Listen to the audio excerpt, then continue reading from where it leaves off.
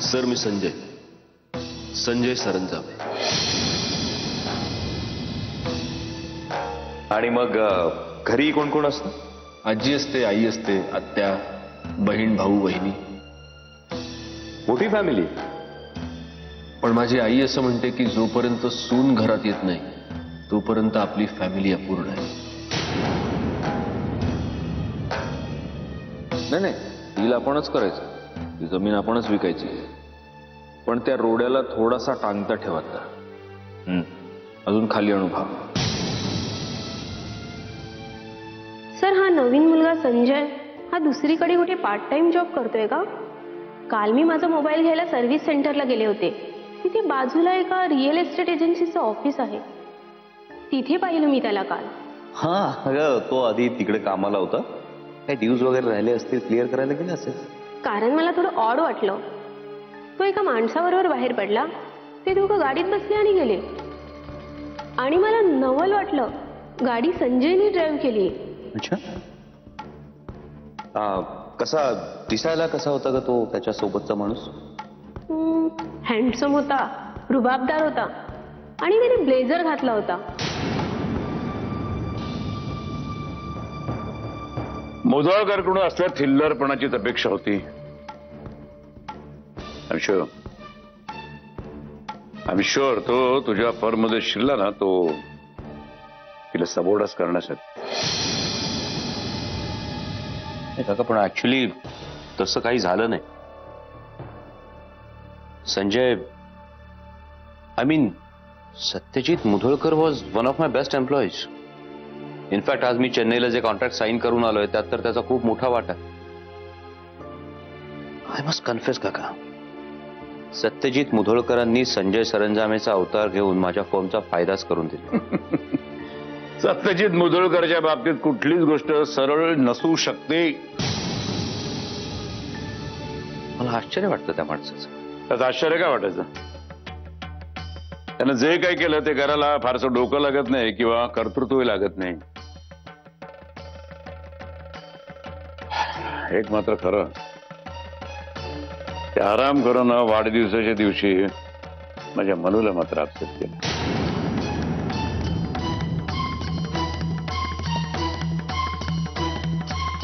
आपलं काय ठरलं होतं आज आणि काय झालं?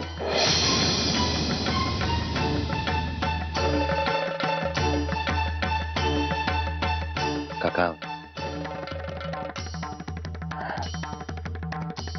आज आता तो विषय नको बोलू. नंतर कधीतरी एखादी चांगली वेळ बघून बोलेन मंजिरीशी. मंजिरी कुठे? तिच्या खोलीत आहे. उद्या तिला बाय करायला जात नाही आता, नंतर बोलेन फोन.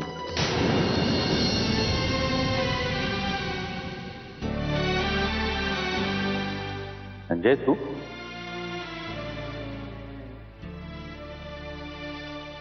संजय? हाँ, संजय सरंजामे.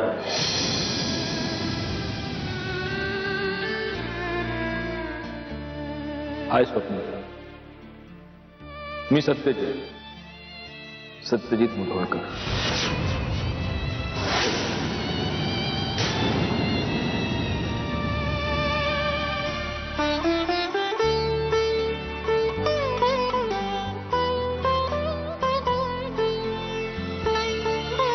शुभ्रा अंकिता काकूंजवळ झोपली.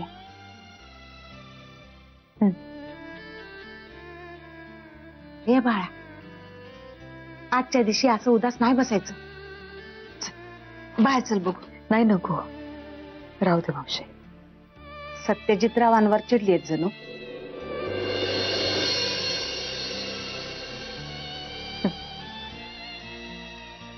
चिडायचं काय? मला सवय झाली आहे त्यांच्या अशा विचित्र आणि विक्षिप्त वागण्याची. ही नसती स्टंटबाजी करण्याची काय गरज होती ना, हेच कळत नाही मला. अगं, त्यांचं तुझ्यावर प्रेम आहे. आपल्या माणसासाठीच माणूस अशा उच्चाप्ती करतो बघ. हे तुम्ही बोलताय?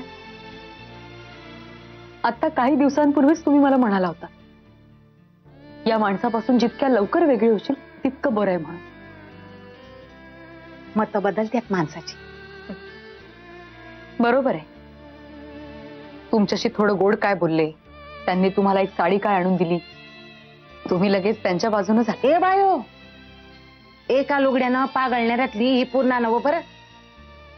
माणसाच्या डोळ्यात त्याचा खरेपणा दिसतो. तो माणूस खरा आहे बघ.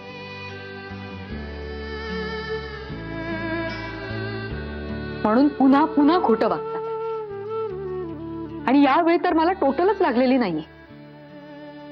स्वप्नीलच्या ऑफिसमध्ये खोट्या नावानं नोकरी करण्याची काय गरज आहे? स्वप्नीलचा कशाशी काहीच संबंध नाहीये. तुझ्या ओळखीत एक नवीन देखना पुरुष येतो म्हणल्यावर म्हणजे पुन्हा संशय. संशय नाही बाई, भीती. कमाल आहे. मी जेव्हाही कधी त्यांना त्यांच्या एका चुकीसाठी माफ करायचं ठरवते तेवढ्यात ते दुसरी चूक करून मोकळे होतात. जाऊ दे ना, त्यांच्याविषयी बोलण्यात आणि स्वतःला त्रास करून घेण्यात काहीच अर्थ नाहीये. मज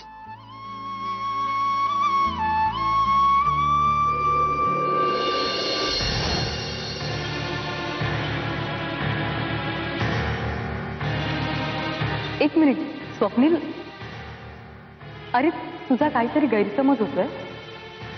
कसला काय? ओ, गैरसमज होतोय म्हणण्यापेक्षा तो करून देण्यात आला.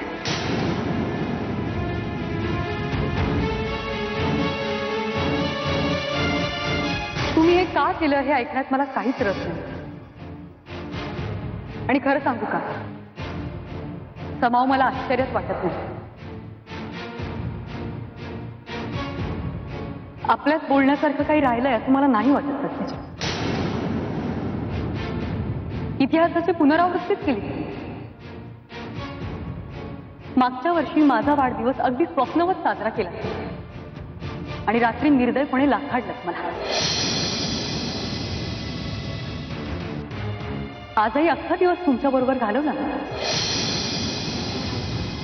मनापासून सांगते, खूप आनंदात होते. आणि आता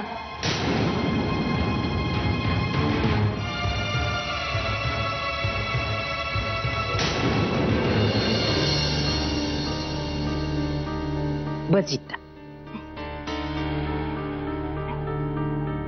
अगं ऐक ऐक सांगतेस. हे बपुरी, गरोदरपणात असं होतंय कधी कधी. म्हणजे कधीतरी मन पिसासारखं हलकं होतं या बघ, कधी लोखंडवानी जड होतं या. कसं असते, गरोदरपणात बाईच्या शरीरालाच कष्ट होत्यात असं नाही, तिचं मन बी ओलांट्या खात असते सतत. आजी, हे सगळं जर फक्त त्याच कारणामुळे होत असेल तर ठीक आहे, नाहीतर हे बघ बाळा, तुला काय बी होणार नाही. अगं देवीचा आशीर्वाद आहे तुझ्या पाठी. आजी, मला काही होईल अशी भीती नाही वाटत आहे मला. या घरावर जे काही वाईट सावट आलंय ते नाही, काही होणार नाहीये. मी काहीतरी बोलते उगाचच. सॉरी. चल देवघरात चल, देवी समोर 2 घटका शांतपणे बस. चल, देवीचा अंगारा लावते तुझ्या कपाळाला, बरं वाटेल तुला. बरं मला सांग, तुला खायला काय करू? आत्ता गाजराचा हलवा करू?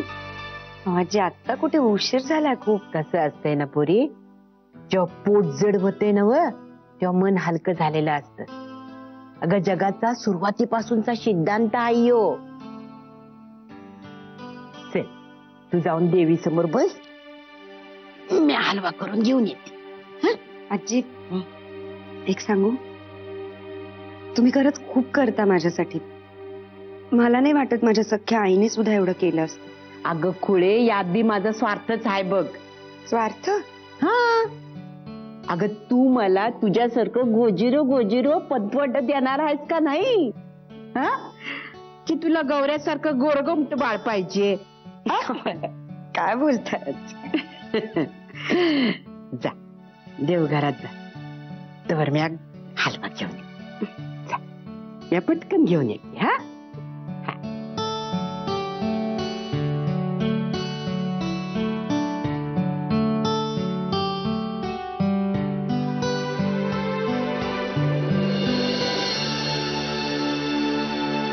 चला येतो. नीट जा स्वप्नेल आणि सावध राहा. त्या मुधोळकरचा काही भरोसा नाही. त्याचा राग करण्यासाठी तो तुला मला काय कर, मारे, हल्ला करे, तर सोपं आहे का काका? अरे बाबा, तो माणूस गुंड आहे. रस्त्यावरती मारामारी करणं त्याच्यासाठी काही नवीन नाहीये. काका, जर त्याला हे करायचं असतं तर आधीच केलं असतं त्याने. काळजी घे. Okay okay. ते झालं हे बरंच झालं. म्हणजे आता त्याची खरी लायकी काय ना ते मंजिरीला कळेल, आणि तिच्या मनामध्ये घटस्फोट घेण्यासाठी ज्या काही शंका कुशंका असतील ना त्या तरी आता निघून जातील. निघालास तू? हो, bye. And once again, many, many happy returns of the day. Thanks. स्वप्नी, I'm sorry. I'm really sorry. तू एवढी धावपळ करत इथे आलास आणि येणं सार्थकी लागलं की. केक खायला मिळाला काय काका?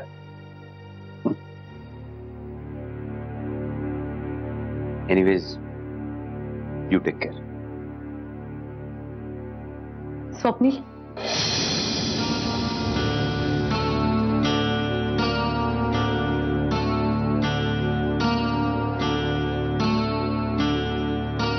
तुला यांनी आय मीन तुला काही त्रास नाही ना दिला?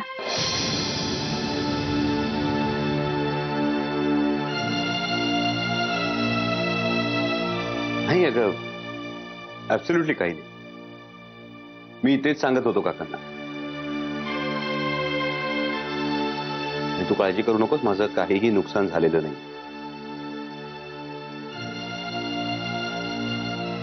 उलट काका जे म्हणतात तसं झालं तर फायदाच होईल माझा.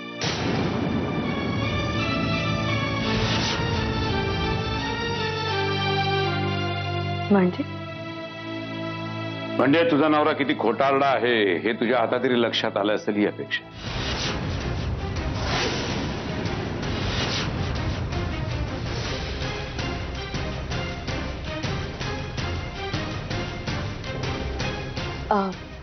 बाबा बाबा तुम्ही मी येतो. Bye bye. बाबा तुम्ही त्याच्या समोर त्याला आणखीन काय कळायचं बाकी राहील?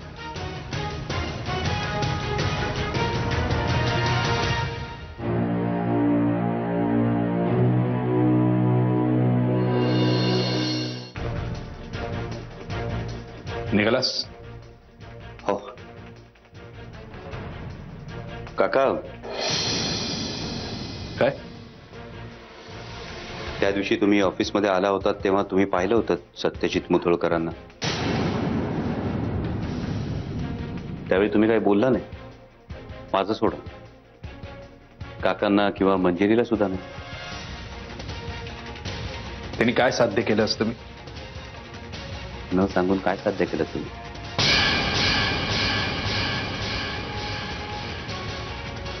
आता सगळं समोर आलंच आहे तर अगदी स्पष्टपणे बोलतो स्वप्नील. हे बघ, तू एक चांगला मुलगा आहेस, तू मला आवडतोस सुद्धा. पण मंजिरी सत्यजित रावांची बायको आहे आणि त्या दोघांचाही जोडा तसाच राहावा अशी माझी मनोमन इच्छा आहे. हो, म्हणजे तुम्ही सत्यजित मुधोळकरांच्या टीम मध्ये आहात.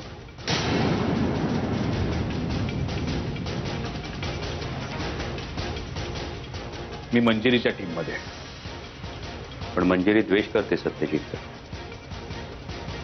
असं तुला वाटतं, असं मंजिरीला सुद्धा वाटतं, पण ते तसं नाहीये. तिचं मन तिच्यापेक्षा तुम्हाला जास्त कळतं.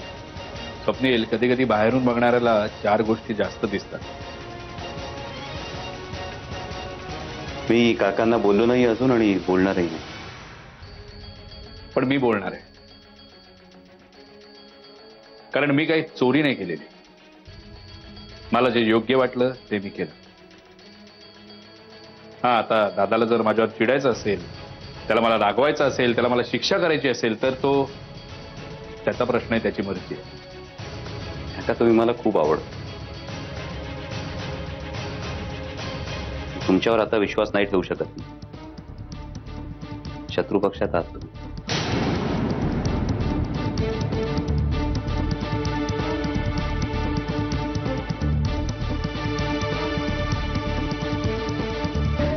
स्वप्नील, वयाने वडील आहे म्हणून एक सल्ला देतो तुला. हे जे प्रेम असतं ना, प्रेम, ते फार फसवं असतं. या प्रेमात आपल्याला ज्या गोष्टी दिसायला हव्या, कळायला हव्या, त्या त्यावेळेला दिसत नाहीत आणि कळतही नाही. हे बघ, तू मंजिरीच्या प्रेमात अजून फार गुंतलेला नाहीयेस. तेव्हा आत्ताच काढता पाय घे. पुढे तुला हे खूप कठीण होऊन बसेल.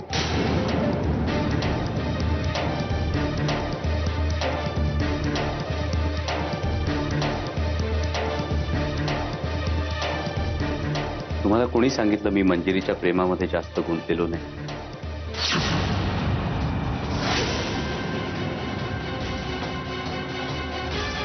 Then God bless. Good night. Take care.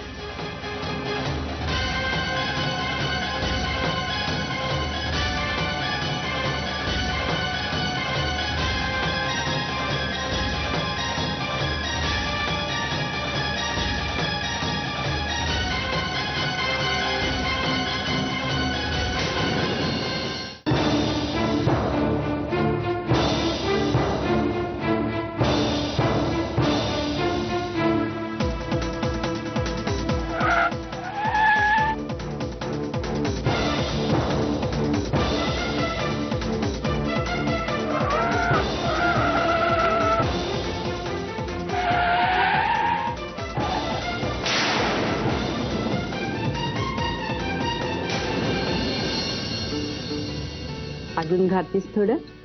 नाही नाही, माझं ना आता पोट फुटेल अजून खाल्लं तर.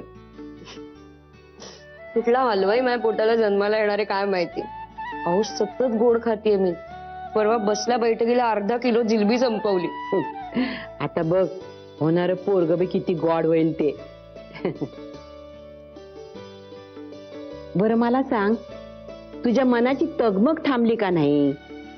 आजी, खरं तर मगाशी तुमच्याशी बोलल्यावरच ती थांबली होती. मी काहीतरी वेड्यासारखा विचार करत बसले होते. सगळी जण घरात आहेत, सुरक्षित आहेत, कुणाला काय होणार आहे? दादाही येतीलच इतक्यात ऑफिसमध्ये. आता आला ना, कशी गॉड बातमी घेऊन येईल बघ. म्हणजे कसली गोड बातमी? आज दिसभर मंजिरी सोबत आहेत साहेब.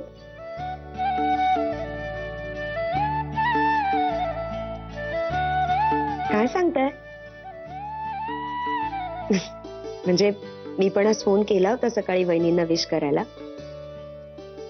मुद्दाम त्यांच्या घरच्या लँडलाईन वर केला, कारण मोबाईल वरती माझं नाव बघून कधी नाही उचललाय तर काय घ्या. पण नेमका पृथ्वीराज काकांनी फोन उचलला, मग मी ठेवून दिला पटकन. का? कशा पायी ठेवलात? सांगायचं की ठणकावून मला वहिनीशी बोलायचंय म्हणून त्या पृथ्वीराज रावांना. पुढच्या वेळी नक्की असंच करेन. हा काय चाललंय हे? काय हलवा संपला? अख्खं भांड मी एकटीने आता इथे बसून संपवलंय. आजी मग मला? ठेवला हाय वाटीभर. अजून वाटीभर हलवा आहे. ए मंजुषा तू तो पटकन संपवा, मी नाही खाणार आहे अजून. अगं मी किती खातीये, भशी सारखी झाली आहे मी. आजी प्लीज पटकन तिला देऊन टाका आणि तू संपून टाकतो पटकन.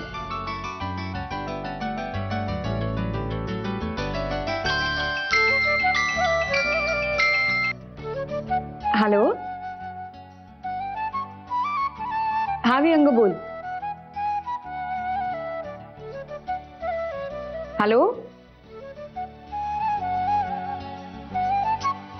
अरे कुठेस तू? आवाज येत नाहीये तुझा. Hello hello hello. आजी मला तेच वाटतंय. हो ना? पण जवळ कुणी काही बोलत नाही तवर आळीमिळी खूप चिळी. पण आजी आपल्यापैकी कुणी काही बोलल्याशिवाय प्रकरण पुढे कसं जाणार?